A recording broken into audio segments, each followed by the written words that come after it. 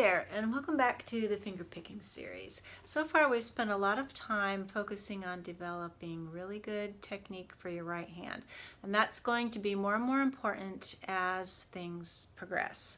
And don't ever worry about your technique. It's just sort of a constantly evolving thing. I think it's really important when you're improving your technique to spend a few minutes at the beginning of practice doing something really super easy where you can focus on your technique and be aware of what you're doing with your right hand, and then just go on and play music, and things will change gradually. Whenever you're changing technique, you don't need to forbid yourself to do it the old way, unless the old way is causing pain or injury.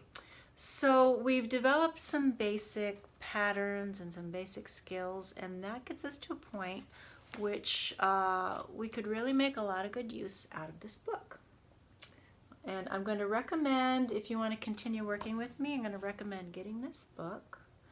And I really think, I'll tell you the name of it in a second, I really think what's going to work well, I've been thinking about it and communicating with some of you about this idea.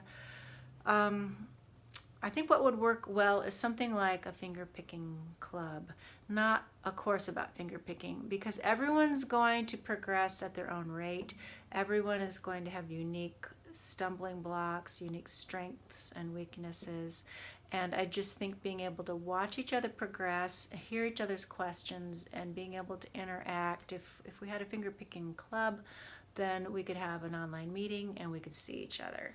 And it's really important at this point, really, for me to see you, so we can correct little things that typically, easily, often, can go wrong and trip you up. It's just an idea. I just want to try it and see if it works, and we can kind of figure out together what works. And if it's working, we can keep doing it. And maybe, since, well, if enough people participate, it doesn't have to be expensive. But I just want to try it and see if we can figure out something that works and sort of create this thing together. So I am going to post some lessons that come from this book, and it's called Beyond Basics Fingerstyle Guitar. The author is Mark Hansen. I'll show it to you. If you have any trouble finding it, or if you're not sure you're getting the right one, if you're on my email list, you can contact me and I can send you, I'll put a link in one of my emails. That's what I'll do. So let's see. I want to show you a few chords that you can use with the skills that you've been working on. And these are the chords on one of the first songs in the book. One thing I love about this book is it uses chord shapes with maybe just 2 fingers and some open strings. They're very pretty.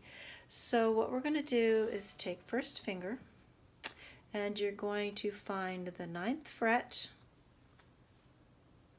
I'm on 9th fret. If you're not used to counting frets, you usually have an obvious dot here at 5. So then you would have 7 and 9. Usually those are marked. So find 9, get on the 3rd string, 9th fret, and then skip finger 2, skip the fret in between, get on the 4th string, 11th fret. So that's your shape right there, 11th fret and 9th fret, 4th string, 3rd string. And I'm not going to make a tab of this because it's actually in the book and it's time to start working with the book. And I'm just playing string 4, string 3, string 2, string 1. It sounds fancy, but it's really just 4, 3, 2, 1. The same shape. Now what these 4 positions I'm going to show you, use this as your guide, your index finger as your guide. Finger number 1 is going to slide down 2 frets down.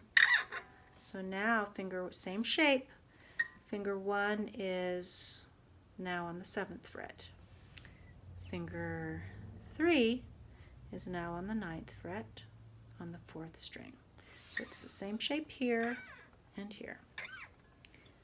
Up here, index finger's on 9th fret, Now it's on 7th fret, and you're going to do the same thing. String 4, 3, 2, whoops, 4, 3, 2, 1. Then take index as your guide. This is why index is your guiding finger. It only goes down 1 fret now. Now you're going to use finger 2 on the 4th string. So they're right next to each other on the 6th and 7th fret. Right hand is going to do the same thing. String 4, 3, 2, 1.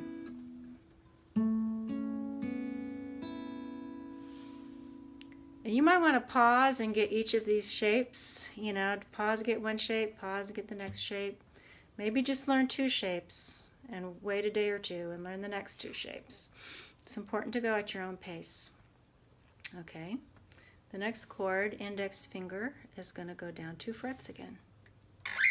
So now index finger is on the 4th fret, and the number 3 finger is going to be on the 6th fret. So this is the same shape you were using before. So 3 chords are this shape, and the last chord was the different shape. And the right hand still does the same thing. 4, 3, 2, 1. And then at the very end of all this, you can hit your low E string. So practice those 1 chord at a time, and let me show you how they all sound together.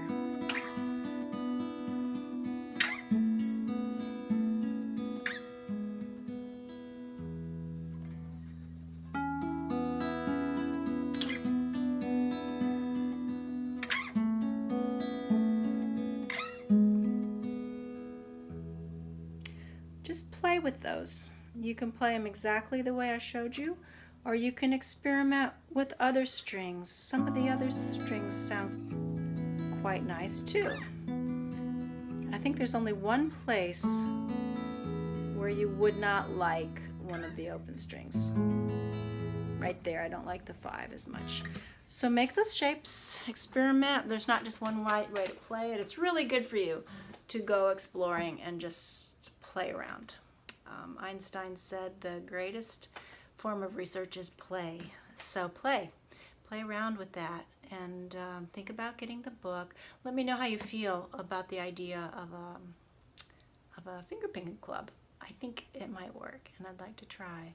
So if you're not on my email list, get on my email list so we can stay in touch, and you can email me. I'll put my website in the description. That's where you can sign up for my email list, and my website's www.everyonecanjam.com. See you there. Bye.